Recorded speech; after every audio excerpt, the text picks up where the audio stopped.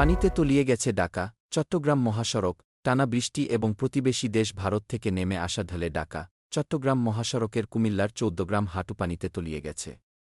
ফলে ৫ কিলোমিটার দীর্ঘ যানজট তৈরি হয়েছে।